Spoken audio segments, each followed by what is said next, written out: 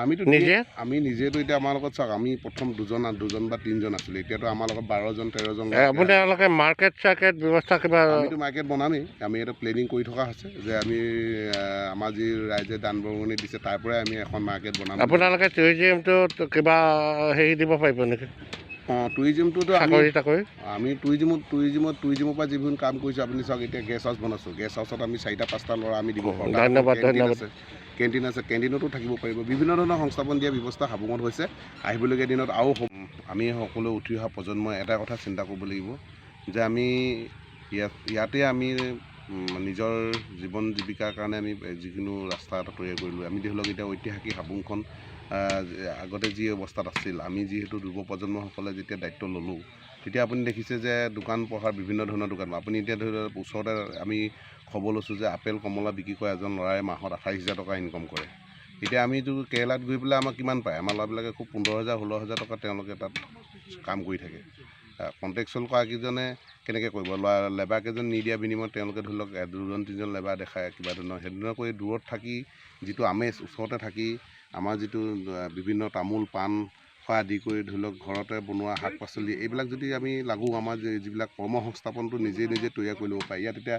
বিভিন্ন ধৰণৰ খোৱা বোৱা কৰিবৰ কাৰণে মানুহবিলাকে আহে ইয়াতে ধৰি লওক কবি খেতি যদি কৰে আলু খেতি যদি কৰে কচু খেতি যদি কৰে বিভিন্ন ধৰণৰ কাম কৰি ৰাইজসকলে ইয়াত উপনীত হ'ব পাৰে বজাৰলৈ নোলিয়াকৈ ইয়াতে এখন ডাঙৰ বজাৰ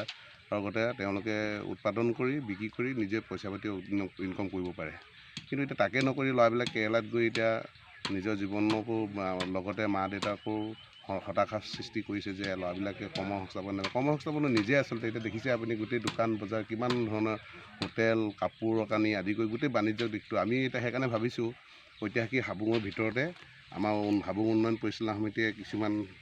যিবিলাক পাৰ্কিং প্লেচৰ কিনাই আমি আমাৰ যিবিলাক যুৱচাম যিবিলাক লাগি আছে যিবিলাক এনেই ঘৰত পৰি থাকে সেই ল'ৰাবিলাকৰ কাৰণে এটা বিজনেছৰ এটা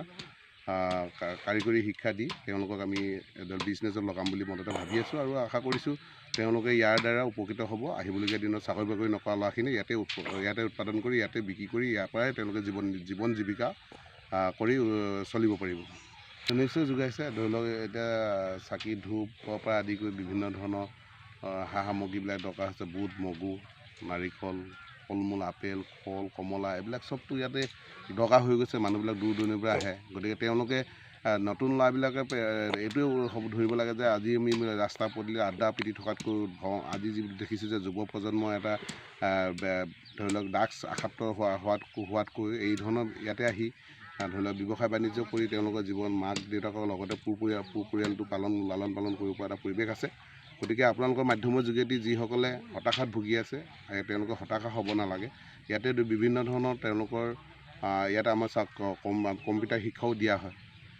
সাহিত্য সংস্কৃতি কিবাকিবি আমি এইবিলাক কৈয়ে থাকোঁ মাজে মহে নাচ গানৰ পৰা আদি কৰি গোটেই আমি এতিয়া টাইম মিউজিয়াম বনাইছোঁ মিউজিয়ামৰ লগে বিভিন্ন দূৰ দূৰণিৰ পৰা অহা মানুহবিলাকক আমাৰ যিবিলাক